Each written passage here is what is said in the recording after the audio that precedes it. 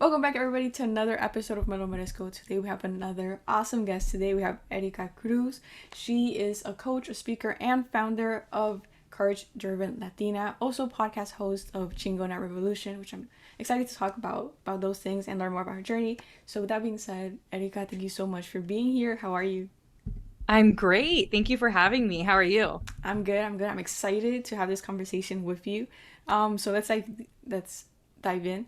My first question is, how did you get started, and what you're doing now? Like, who were you before? What were the experiences, the big or small moments that kind of like led you to who you are now and what you're doing now? So. Yeah, good question. I will try to keep it somewhat short, but also ensure that I give you important details. Growing up in general, like my brother was always the really smart one in the family, Mm. and I was the one that struggles with school. So I actually didn't think, sorry, I'm gonna close all these apps because I put it on Do Not Disturb, but I don't know why it keeps. Okay, there we go. So I always just thought that I wouldn't really be the one to go to school, but I ended up getting into college and I kind of started following the path that I quote unquote should follow, like everything Mm. that was the American dream from my parents' point of view, being immigrants. Mm. My parents are both from Mexico, and they immigrated in their late teens to the States and didn't have access to education. So I think their idea of coming to the States was so that my brother and I could go to school, get a job, start a family, work for somebody Mm. else. And like that was their version of the American Yeah. dream. So I kind of followed that for a minute. Like I went to school, I ended up getting recruited by a tech company. So I started Mm. working in tech. I thought I was going to work there for a year, ended up working there for 8 years. Oh, And it wow. wasn't until, yeah, it was I kind of got stuck, but it's okay. It all like ended up working out in the end. So I was there and I was like, okay, well, the only thing left for me to do is like get married and have kids. Oh, wow. So I ended up getting engaged because I had already checked all the other boxes, right? So Like I you, went to you school. felt, yeah, you felt like you had a checklist. You got, oh, that's crazy. Exactly. Oh, wow. Okay. And I think a lot of people don't realize that they're doing this, but we think that happiness is on the other side Yeah. of these things. And then we go get a degree and we're like, oh, yeah, I'm not going to feel any self doubt once I get a degree, or I'm not going to feel any self doubt. Oh, once I get a job, everything's going to work out. But then we Yeah. get a degree or we get a job and we're like, Is oh, it- no, like I still feel insecure. I still don't feel fulfilled. And it's Mhm. because we've been following this unspoken checklist of what we should do. So when I ended up getting engaged, so that was like the next thing on the list. When I got engaged, I just started to feel a tremendous amount of anxiety. Oh, wow. And I was probably engaged for about 3 months or so. I actually don't really remember exactly how long it was, but the moment I called off that engagement was the moment that like my whole life shifted. And it was the first Okay. time that I was like, F the checklist. What do I want? And it was the first time I was even Mm. asking myself, what do I want? So that was like the first act of courage, leaving an engagement that was unfulfilling to me.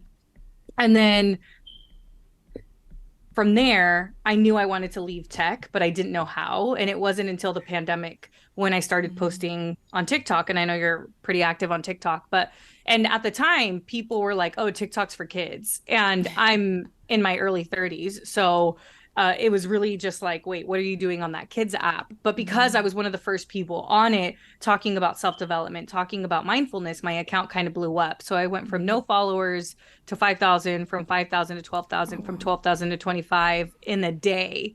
In And a day? in Holy a crap. day. Oh, wow. Yeah, because this was like really early on and people kept, I mean, and then the pandemic happened, right? So Yeah. everybody was at home downloading the app.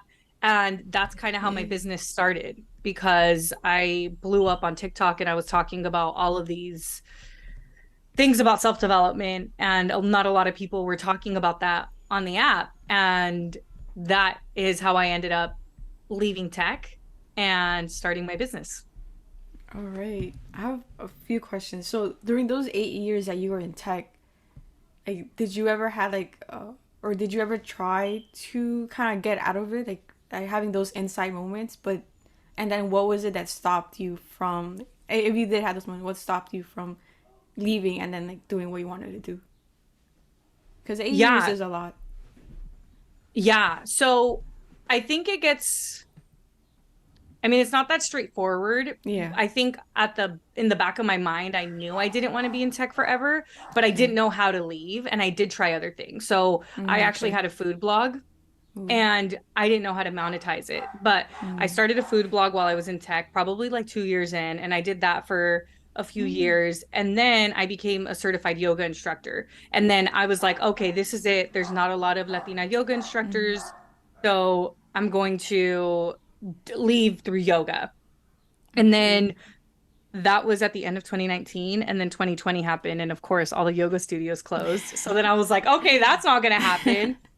So I think what kept me in tech for 8 years as well was I wasn't just at one company. I worked at four different companies and I was Okay. also moving through different positions. So I worked in sales and then I worked in partnerships and then I worked Okay. in marketing and then I worked in product and then I worked in marketing again.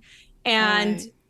I worked with clients. Like I got to travel a lot. So I was in Mexico a handful of times. I went to Spain. I went to England. I went to Ireland. I went to Denmark. I went to New York a bunch of times. I went to Houston, Texas a bunch. So I was also, as much as like I wasn't super fulfilled, I was still growing. Yeah. I was still growing at some level. And now that I have my business, because like there was a moment where I was like, okay, why couldn't I have just left earlier? But the truth is, if I would have left earlier, I would not be running the business I'm running right now. But now that I have experience in sales, marketing, Yeah. partnerships, product, and all of these different things and client relationships, it's made everything in my business so much easier. So I think a lot Yeah. of people listening are probably frustrated with themselves with like, I know I don't want to be here and I know I want to do something else. So like my question to those people would be, what are you gaining from the place you're in right now? Even if it's not where you want to be long term, you're still gaining skills and experience and Yeah. clarity on what it is you do want to do. Yeah, and I think that's the important thing because you were actually taking action doing those things, exploring it and all that.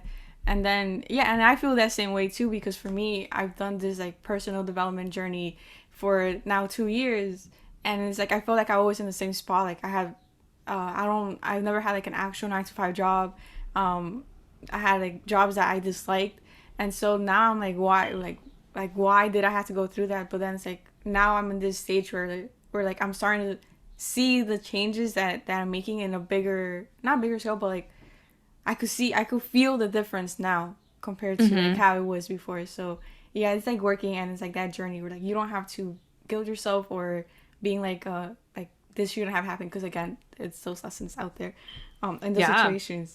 And then for you, how like once you started hitting you went viral in TikTok, like what happened after that? I started to host these free workshops, Okay. kind of like webinars. And one of them was how to stay motivated during the pandemic. And the other one was how to overcome imposter syndrome and self-doubt. And at the end of these workshops, it was like my first time experiencing bringing a group of people together through Zoom. And at the end of the workshops, I always had people asking me if I did one-on-one coaching. And I was like, I don't even know what one-on-one coaching is.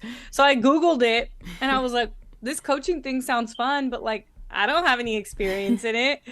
And it kept coming up. People kept asking. So that is when I decided to join a group coaching program where I was a student.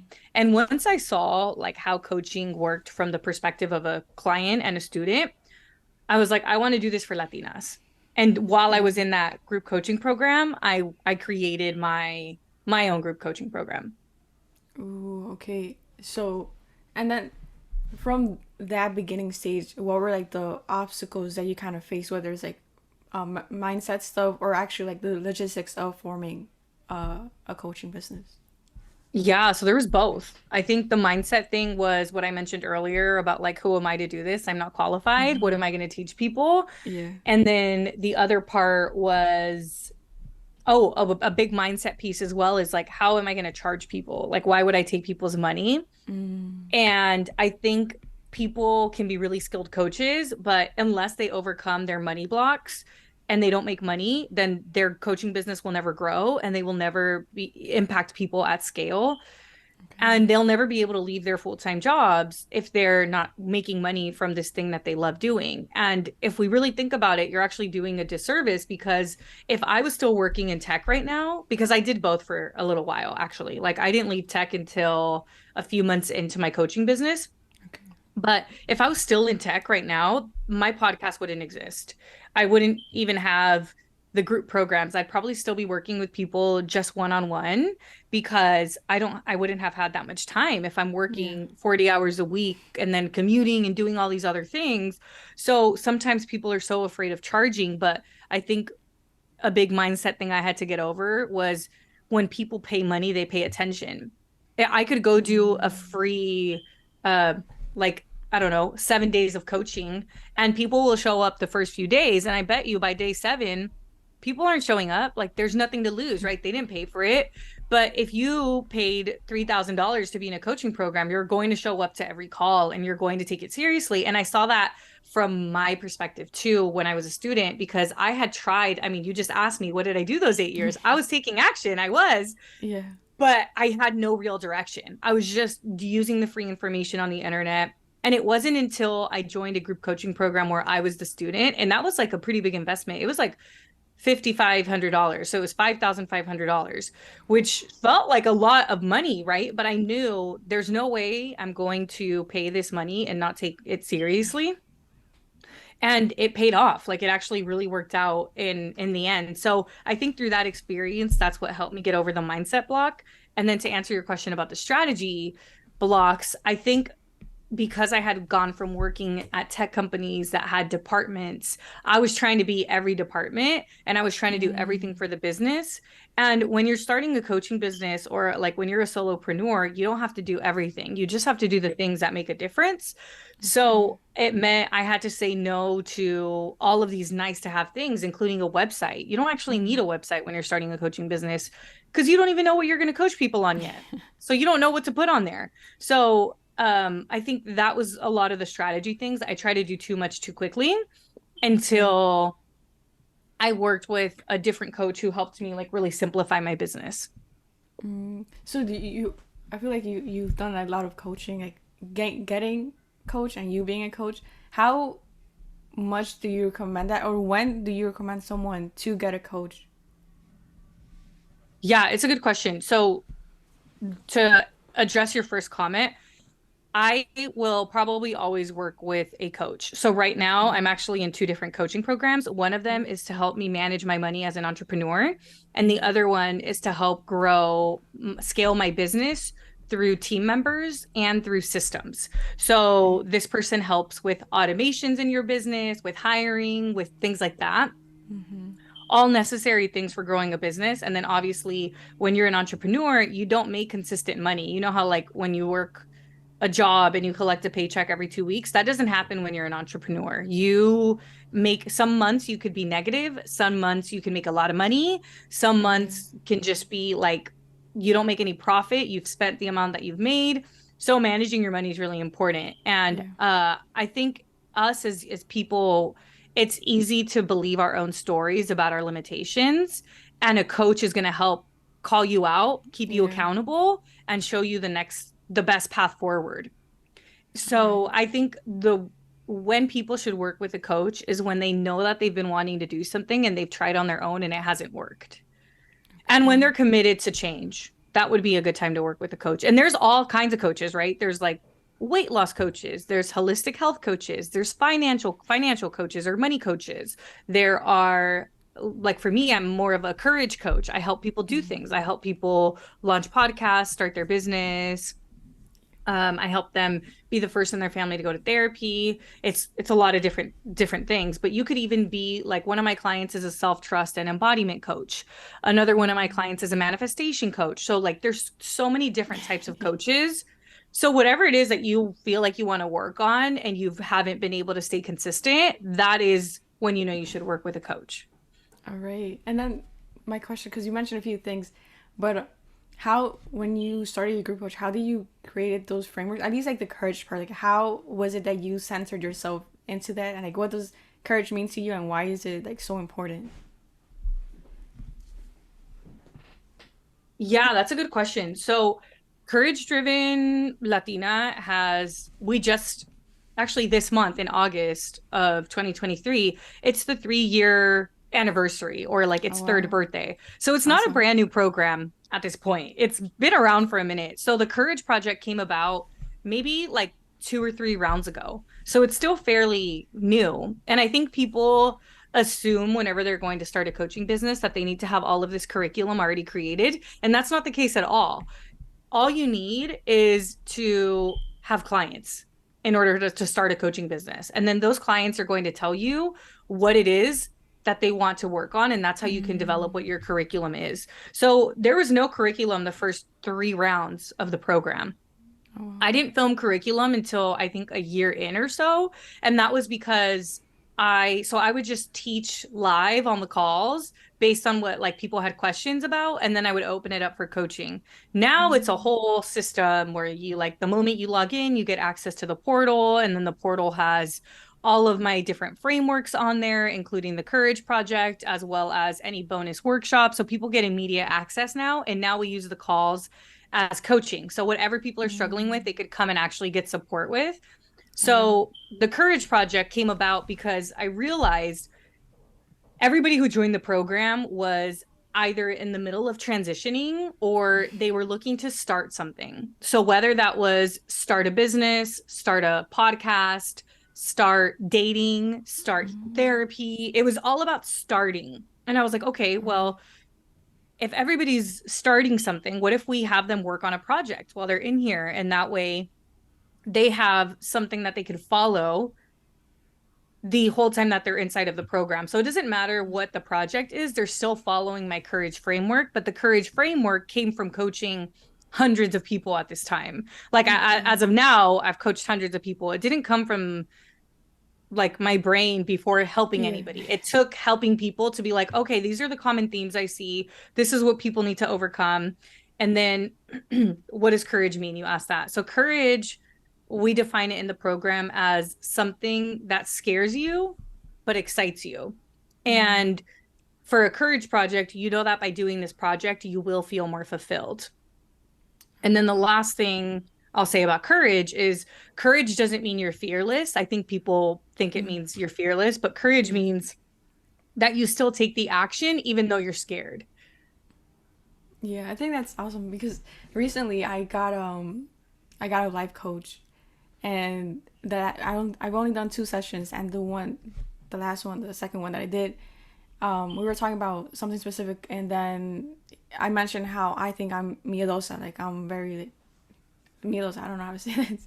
I have a lot of fear, and then he Mm-hmm. told me like to take that word out of my vocabulary because the things that I told him, like I started my podcast, I've been doing like social media, so like posting, and it's like if you're miedosa, then that doesn't, you're not miedosa because you've done these things. Like people who are miedosas, who have fears, like they don't take action, like they don't, yeah, they pretty much like they don't take action to the thing that they want to do, and then with me, it's like I've been doing the stuff, like I've been taking action, even though I am scared, or I'm scared like to post the video or go, like recently I started selling cookies too, so like I have to go and ask for the, like, do you want to buy cookies? So there's a lot of things that I've been doing where it kind of shows that I'm not miedosa, and that kind of like boosted my self-esteem a bit, and it's like I have the courage to do those things with or without fear. So I think that's a cool thing.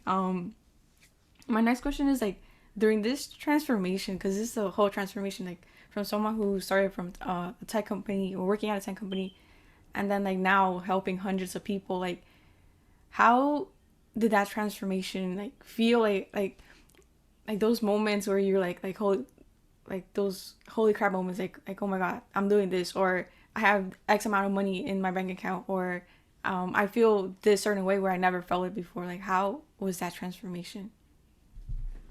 Yeah, that's a good question.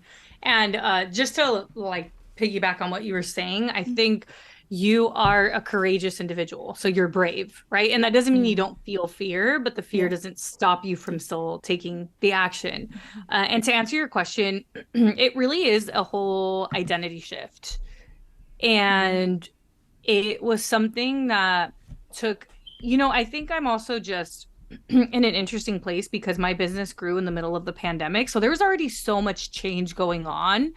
We were changing the way we live our lives. And that was when I left tech and started to, and social media really became something that everybody looked to, or I'm sorry, was like spending time on because we had no other way of really connecting to other people. So it has been the transformation has been definitely difficult and scary because with entrepreneurship, you don't just take one courageous move. It's like you're Yeah. constantly evolving and constantly changing. And then entrepreneurship makes you look at parts of yourself that you don't want to see. Like it brings up your biggest insecurities. Like imagine launching a group program and then having nobody sign up in the first 5 days. And then you start telling yourself the story of nobody wants to work with me. I'm not good enough. Maybe I should just go back to tech. Like all of this stuff comes up. And I think entrepreneurship is probably one of the biggest forms of self-development that you'll ever go through and one Yeah. of the biggest forms of spiritual evolution as well because it forces you to again look at those parts of yourself that you don't want to see and those it's going to bring up your biggest insecurities. So the transformation has been difficult, but it's also been very rewarding. And I think as much as it can feel like it brings up insecurities, it also has developed some of the it has also created a lot of confidence within myself as well. How what were some of the insecurities that came came up in during that time, like before, like say like a few years ago, and then like what are some now that are coming up, like maybe things that you're working on, was like you're realizing that you have these insecurities and now you have to also work on them. Yeah, so I think when I was first starting my business, the insecurities were, do I know enough to start a business? Am I Yeah. actually going to be able to get people results? Am I qualified enough to ask people for money, take their money, and then show up? Yeah. Uh, what if I catch COVID and die? And like, how are these people going to get their money back? Like, those were like Oh legit wow. fears I had at the Yeah. time.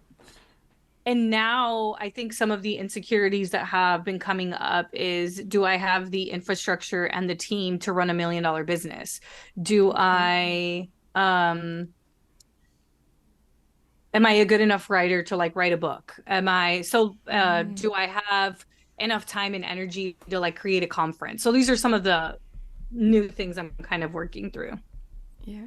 I heard you have $1 million business. I how does that feel? You could say, or like how was it, or how hard was it to believe? If that makes sense. Like how is, I guess we could like talk a bit about money. Like how was your relationship with money, and then like being able to have a $1 million business. Like how did that affect your relationship? Yeah, so full transparency, it's not $1 million business yet, but by the end of this It's year, it should be. Yeah, okay. if I stay on Awesome. track. And that's lifetime, like not just in this year we made $1 million, Oh, but okay. from when Okay. I started 3 years ago until now.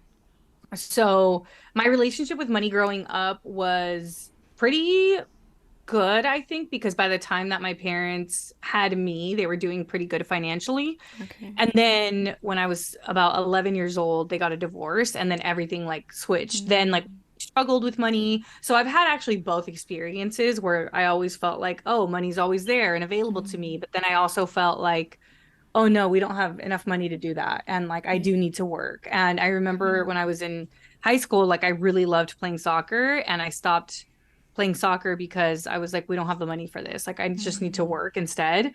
So I ended up working and my mom also comes from like extreme poverty in Mexico where she grew up on a farm with no running water, no electricity. Oh. So I think sometimes being in her energy takes me back to like scarcity because she can be really much in scarcity. And when I started my business, I mean, I was making six figures in tech. That's also why it was difficult to leave Okay. because I was making a good amount of money. And I think by the time I left, I was making like $130,000. And I was like, if I leave, and I start this business, I have to be okay with not making that much. And I was. Like I decided I wanted my business so much that I was like, if I only make $20,000 in the first 12 months, I consider that a success and I'm going to Mm-hmm. keep at it. So I left tech. And then I think in my business, I made $40,000 the first year. Wow. And it was like, yeah. And then it just kept growing and growing. So my relationship with money has changed since I started my business. I think I almost was resistant to making money at first. And now I recognize that the more money I make, the more impact I can have because when I Mm-hmm. make more money, I can do more free things. Yeah. Like I could be on podcasts like this. I could launch my own podcast and give people my advice in my brain for free, where they don't have to be in my coaching programs. I could Mm-hmm. donate money to the causes I care about. I could provide scholarships. I could do Yeah. all of these different things when I have money. I can help my mom retire, which is something that's really important to me. So I think a lot of us are like, oh, I don't want to be rich. I just want enough money to get by. And it's like, I hear that because that's what I used to say as well. But like, if you were rich, what could you do with your money? And one of actually my money coach said this, the girl who leads the coaching program for helping you manage your finances with entrepreneurship. She said, money just helps you be more of who you actually are. So like, if you're an asshole and you end up with more Mm-hmm. money, you're going to be more of an asshole. But if you're a good person and you have more money, you're just going to be more of a good person. And I think Yeah. back to like Beyonce during Hurricane Katrina, she donated more money to Hurricane Katrina than the US government did. It's like that's the power of like being rich and having money. But I think Yeah. culturally we repel money so much. And I think the biggest thing to help you heal your money wounds is knowing that you're worthy of having it, because when you have Mm-hmm. it, you can help more people. Like Yeah. money isn't, it's not about the money, it's about the freedom that money gives you. How do you start? Because I think that goes with like self identities or like this like I am good with money, like those type of things. So Mhm. how do people start changing their beliefs from like scarcity to having a more abundant mindset? Yeah, I think first it's identifying what are your beliefs about money. How was money discussed in your household when you were a child? Mm-hmm. What are your parents saying about money now? How do you find yourself judging people who spend money on coaching, for example? Like, how are Yeah. you thinking about money? And is that thought serving you? Like, so that would be some of the questions I'd have people ask. And then the other Right. thing that I'd also mention is that there's something called value-based spending, where you're going to spend money on the things you value, right? Like I could Right. go Yeah. judge somebody for Yeah. like getting bottle service at the club, but like what if that's their time to bond with their friends? Like they're Mm-hmm. allowed to spend money however they want.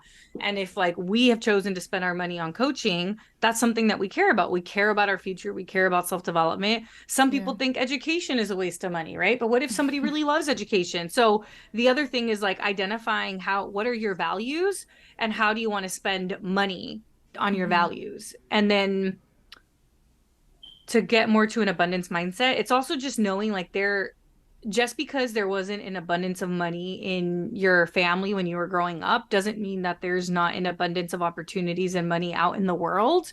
And I think this is also why it's so important for like women of color to build wealth, because then the younger Right. generation gets to see like, oh, that is accessible for us.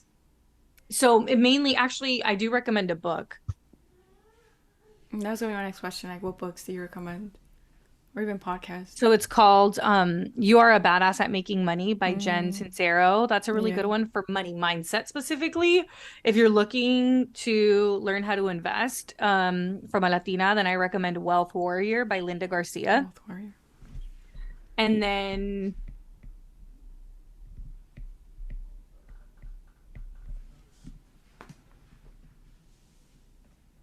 I think that's it for the money books.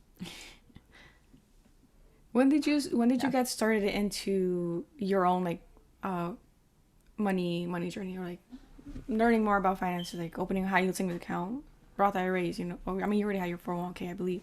So like Yeah. how did you start getting more informed about, or when did you start getting more informed about money? During the pandemic, I took During the Linda pandemic. Garcia's course on the stock market, and that's when I Okay. started to invest in the stock market. She's the girl who wrote Wealth Warrior. Oh, okay. Um, So it was in 2020. And before then, obviously, I had my 401ks for my job. And then actually, I did have a mentor when I was probably 23 or something like that. It was my second tech job ever. And he was all about using credit card points to travel and Mm, also getting rich through rentals. okay. And I don't have a rental property yet, but I did learn the power, like how to use credit cards in a way where it benefits you. So, Mm, because obviously in my business, I have a lot of expenses, I put everything on my credit card, which then means I get all these travel points and then I can travel for free because I mm, have all these points. yeah. So, I think credit cards have also gotten such a bad rep in our community, but if you use them correctly and pay them off at the end of the month, then you can actually really get a lot of benefit from them. Yeah, and I think that goes back into like, bless you, into the Thank mindset you. that you have. Because at least with like me, that's something I'm trying to like work on because right now I have debt. But it's like looking into my habits, like why do I spend? What am I spending on? How much am I spending on? And then like now a plan to actually repay it, and then changing my money habits and my money mindset. Because even like recently, I think it was in May, I took a course, or yeah, I think it's a course where with Fred Broca, who's just like a spiritual teacher, and he was Hmm. talking about ser abundante, and it's not just Hmm. like and it's all about mindsets of like Totally. how you attract things. It's not really like the habits come. It's like kind of like the byproduct of that. So Hmm. what I've learned is like mindset is like the important thing and the power of your thoughts. Um, for you, like how I would say like the power of going to like the power of your thoughts, like how important is that for you, and how much do you how would I explain it? Like teach it, like do you how important is it? I guess that could be my question. Like in your opinion, Yeah. what would be your answer? Thought work is probably the number one thing I work with my clients on Yeah. because the thoughts that we have, well, about 98% of our thoughts are repeated thoughts, Mm-hmm. meaning we are thinking the same thought over and over. And about 80% of our thoughts are actually negative thoughts. Oh So our wow. brain is negatively wired for survival. So let me give you an example. Let's say that you're out hiking and then you suddenly hear something in the bushes. You're not going to be like, oh my gosh, a unicorn is on the other Mm. side and it's going to come like give me this magical wish. You're going to be like, oh shit, what is that? Shit. Is that a wolf? Is that a coyote? Is that a snake? Should I be scared? Right. And it's our brains are negatively wired for survival. It's also what prevents us from Okay. walking into traffic. So, because our brains are negatively wired, it's a lot easier to have a negative thought than it is to have a positive thought. But we can also make a change in those thoughts. So, our thoughts are so important because our thoughts are essentially the story that we're telling ourselves about what's happening. Okay. And the story we're telling ourselves influences how it is that we feel and what emotions we have. And our emotions are way more powerful than our logical brain. So then our emotions dictate what kind of actions we take. And then the actions that we take dictate our reality. It dictates what ends up Yeah. happening. Right. So, in other words, like your thoughts are always going to dictate your reality. Mm-hmm. And the one thing that we can change is our thoughts or the story we're telling ourselves. So a Yeah. circumstance occurs and a circumstance isn't good, it's not bad, it just kind of is. Mm. But the story we're telling ourselves about the circumstance is what matters. Have you Yeah. heard, you can't control what happens, but you can control how you react? Yeah. Same thing. So our thoughts are really, really important because if you're focused on like let's say you have a desire to start a business, but the story you're telling yourself is, oh, there's inflation, the economy's bad. You're going to keep finding evidence of how Yeah. inflation is happening and the economy is bad. Or you could switch the story you're telling yourself and say, people really need this business that I want to start, and I can't Mm. wait to help people get results. And then you're Yeah. going to start finding evidence of that as well. So thoughts are probably the most important thing that I help my clients with. And thoughts are super sneaky. Sometimes we're Yeah. having a negative thought and we don't even know we have it. Yeah. I think that's a interest. Like for me, that's an interesting part because for me, I've done a lot of like affirmations and visualizations, and then Hmm. there's also like there was a time where I thought I had to be happy all the time, and it wasn't until like maybe like a year ago where I realized like Like that's not realistic. And so that's something I had to like work on. And then even like these 2 3 months that have been like really good, and not like I think I mentioned it before, like not big moments, but it's like those small moments that make me feel really good, and those and emotions I never really had before. And I forgot where I was going with this, but pretty much like that has helped me. No, I lost my part. My You were talking about how you don't have to be happy all the time. yeah. So I kind of like realized that I had to be like the emotions are gonna fluctuate, and then from there it's like it's how I react to them, and then the power of your thoughts were like when I do have a bad day, is like what how am I gonna react to it, and what I've been doing is like redirecting my thought to a Mm-hmm. better one. Or another technique I learned was distractors. Like if it's really strong, just distract yourself. Like watch a movie, go for a walk, stuff like that, and then come back and acknowledge the emotion, the feeling that you had, or the thought that you had, and then like transform it into a good one, or being okay, like pretty much like being okay with the situation. And that's something Mm-hmm. I've been working on a lot recently. For you actually, because that's something, another thing I've been thinking about was like time, and how moments, like especially like good moments, like come and then like they're pretty much like gone. It's like they're not gonna happen again. For you, like you've had like I'm pretty sure amazing moments with like the lives you've changed, the things you've created. How do you deal with that? Like how do you deal with like this happened and this was amazing, but now it's gone? If that makes sense.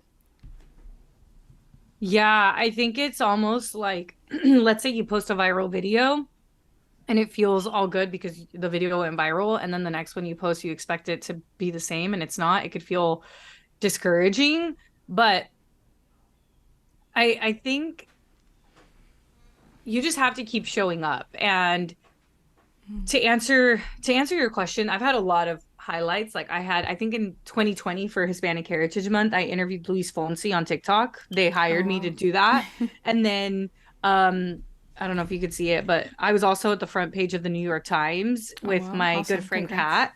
Thanks. So there's been a lot of accomplishments, and if I expected that to happen every month, I would not be a happy person because it's not going to happen every month, right? Yeah. And even the amount that I was getting for the amount of demand I was getting for different things back in 2022 and 2021, when all I was doing was showing up consistently on TikTok, it's different than it is now. And that's totally okay. And it's because my business has shifted where now I'm supporting hundreds of clients. And how amazing is that I get to support hundreds of clients? So the way that I deal with the good things is I celebrate them, I honor them, and I am grateful for them, but I don't expect them to keep happening every day because I think it goes back to like, why am I doing this in the first place? It's not Yeah. to land on the front page of the New York Times, it's to change people's lives. And that's still something that I'm doing every day. Yeah, no, I think that's all. And I think that gratitude is like the main thing. Like Yeah. at least that's like what a lot of personal development, like books or even like podcasts, like if you're gonna do some things, like do gratitude. And Yep. I think that's what's helped me. Like having like before I used to be like very like a very negative person, you could say, and then like with gratitude, it's like I started seeing enjoying those small moments, and I think that's what makes a difference. For you, what were those like practices that kind of helped you stay grounded? You say there's this book I read recently, Discover Your Destiny, where he talks about the four awakenings, and that's like your mind, your body, your spiritual, and your emotions, and you gotta like do certain things to kind of like fulfill them, and Hmm. yeah, pretty much like fulfill them. So for you, what have been like those practices that have helped you stay grounded? I definitely have to check out this book because I've never heard of it, but I have something in one of my frameworks in for my coaching program is called the 4 M's. And the first Okay. M is movement. So getting your body moving, because that generates endorphins, serotonin, like a lot of just happy hormones. Yeah. And I think we've all experienced this where like we're having a pretty bad day and then we go out for a walk and suddenly everything just like gets better and changes. All right. So the first one is movement, moving your physical body. That could be yoga, meditate. I'm sorry, that could be yoga, running, weightlifting, CrossFit, dancing, anything like that. And then the next one is mindfulness. So mindfulness is all about being. So whether that's meditation, breath work, just laying there in rest. So allowing yourself to be rather than do. All And right. that one is a little bit more focused on our soul and our spirit. And then the next one is mindset. Mindset is all about inviting in your intellect. So I like to do mindset through journaling.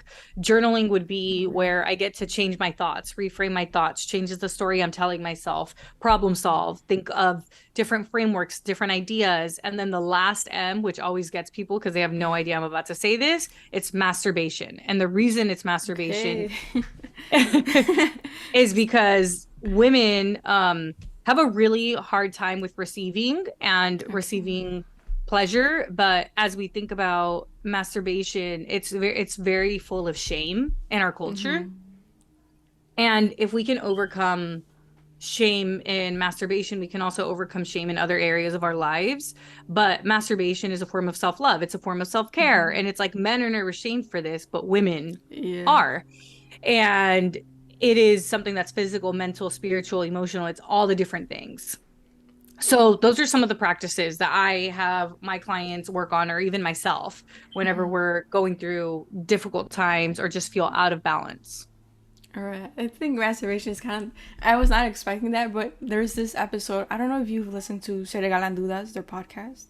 Have you heard about them? I've heard about them, but I don't listen No, no. consistently.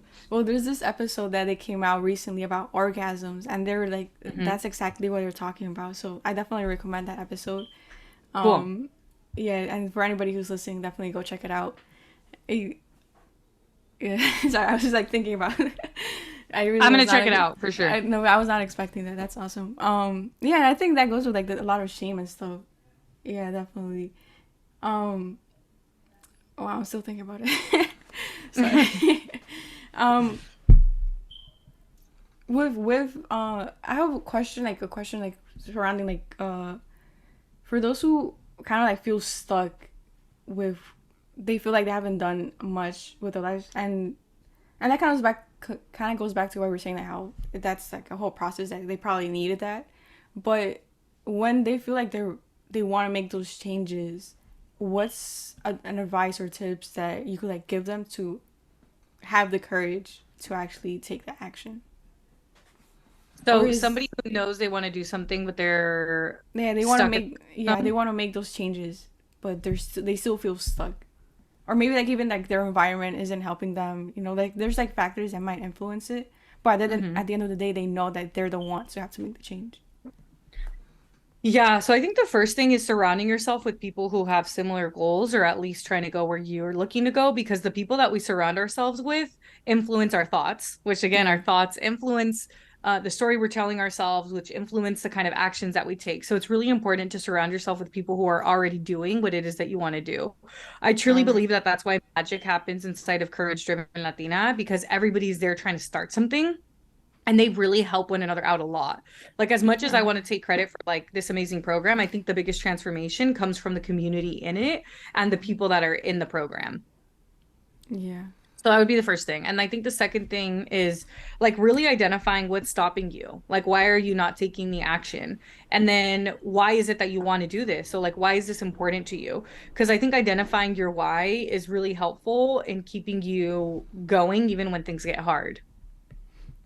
I have a question with that, with the why. Do you think it has to be like super strong, or can it be like something somewhat simple? Like for example, like I'll give my examples. Like I'm not really uh passionate or driven. I'm not really a driven, at least not now.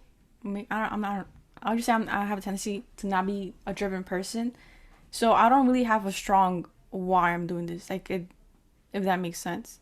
So does it? Do you think it? I just need to dig in deeper on like what my why is, or use what I have to my advantage. Yeah. So why did you start this podcast? You want me to answer? Yeah. All right. It was to help others see the transformations people have done in their lives, Hmm. either starting a business, hobby, whatever it is, and then for myself to see that it is possible. Because even like now, I feel like it's not possible for me, but seeing all these stories, it allows me or gives me permission in a way to know that I can make those changes. So that's the reason why I started the podcast. Yeah. And why is it important for people to hear stories like mine and like your other guests. Why? Because we don't. It goes back to the environment. We don't really see them. We don't see people in our families or friends who want to make those changes, who have amazing businesses or have amazing careers and amazing lives. And it's important, especially with representation. It's important to share those stories. Yeah. And what happens whenever you share those stories? What happens? In what Like way? for your listeners. They get more motivated. They want to make those changes, or they, yeah, I'll say make those changes. They're more inclined to believe in themselves. I think that Yeah, would that be the. sounds like a pretty strong why for having your podcast. But Your then, podcast is helping people believe in themselves. And we only took it the route of your listeners. We didn't even go to you. Like, what is this going to then end up doing for you? but see, I get that. I get that. But then, like for me, maybe it's something that's stopping me. I'm not sure what it is. Where I still procrastinate on working on the podcast. Like when I have these conversations, I feel really good afterwards. Mm-hmm. But then it's the editing the videos, posting on social media where I feel like I don't want to do that. So then I procrastinate, and so it makes me think, is my why enough, or is my why strong enough? Yeah, I That's think there's a difference between having a strong why and wanting to do this and then not liking certain aspects of this hobby. all I right. don't like posting my own content. And at this point, I have somebody who does it for me. Like I still Okay. create content, but I have somebody who does it for me. And eventually you'll have a podcast manager who helps you with this. Mm-hmm. So And it's then all you just have to do is do the interviews. all right. So it's just being consistent with it, knowing that like my why on the podcast, and then knowing later on I'm not gonna have to do the things that I don't like delegate them. Exactly. But I think the important thing is that you're telling yourself the story that just because you procrastinate means that you don't have a strong enough why, and that's not the All case. right. You're procrastinating because you don't like the editing part. And I totally Yeah. get that. Editing is not fun. Some people like it, right? And like you'll end up Yeah. finding that person to help you do the editing for your show, but I think it's it's the story you're telling yourself about the procrastination that's Yeah. actually an issue. It's not that you're procrastinating. All right, that makes sense. And I guess it goes back to like identity and like who. Yeah, it goes back to the thoughts, the thoughts that you think about yourself. All right. I think a question I had about that is like or at least like towards you, the skills that you've had to learn. What were like those like main skills that you think like it's important for others to learn, and that really helped you out in your business and then in life it could be. Skills I've had to learn. I think the first skill is to not take things personally All right. because if people are interested in my program and then they don't sign up, that doesn't mean anything about me as a person. That doesn't mean anything about my worth or about my value. Mm-hmm. It just means that there was a reason that they did not join this time. And even just like in relationships, right? If like somebody doesn't text me back right away, that doesn't mean anything about me. Or All if right. somebody's in a bad mood and is snappy with me, that doesn't mean anything about me either. And as humans, we try to make everything about ourselves and take it so personally. So I All think right. that's probably the biggest skill that I've had to learn. Yeah. Is there any other ones? At least or like that or logistics on like running a business? Um, I think the other thing is try not to do everything at once. Like simple is the best Mm, way to go yeah. because I'm only one person or I was only one person, especially at the beginning. Now I have team members, but even Mm. then, like we still simplify. There's a lot of things we could be doing. Like even launching the podcast, we didn't launch it until about a year and a half ago, even though I've had a business Oh for well. 3 years because we Yeah. were focused on the coaching program. You knew what your priorities were. Exactly. All right. That's awesome. And talking about your podcast, how did you come up with the name? Chingona Revolution is an awesome name. Like how what was It that? came to me in the shower. I wish I Really? could tell like all this brainstorming. I knew that I probably wanted something with like chingona in it Mm-hmm. because um yeah, because I wanted the name to be catchy And Yeah. then, yeah, Chingonar Revolution just came to me once when I was in the shower, and I was like, that's it. That's the name. That's the name. Yeah, and I had been sitting on it like for a while. Like I had probably three different calls with my friend about like I think I'm going to start a podcast now, but I don't know the name, and I was going to call it like the Self-Discovery Show, and then I was going to call it um Courage Driven Latina, and then I was going to call it all these different things, and then suddenly like that one came to me. But I think sometimes we beat ourselves up because we procrastinate, but if I didn't procrastinate, I wouldn't have come up with the name. Yeah. It would have been like the Self-Discovery Show, which I don't know how great that would have done for our No. community, but Chingona Revolution definitely, yeah, I think is a better name. Yeah, definitely Chingon Revolution. I really liked it. When I saw it, I was like, oh, that's awesome. Um, and I also listened to some episodes, so that they're pretty good. So definitely, those who are listening, go check it out afterwards. Um, yeah, I think those are my questions for now. But I'll ask the two last questions I ask every guest. To wrap this up.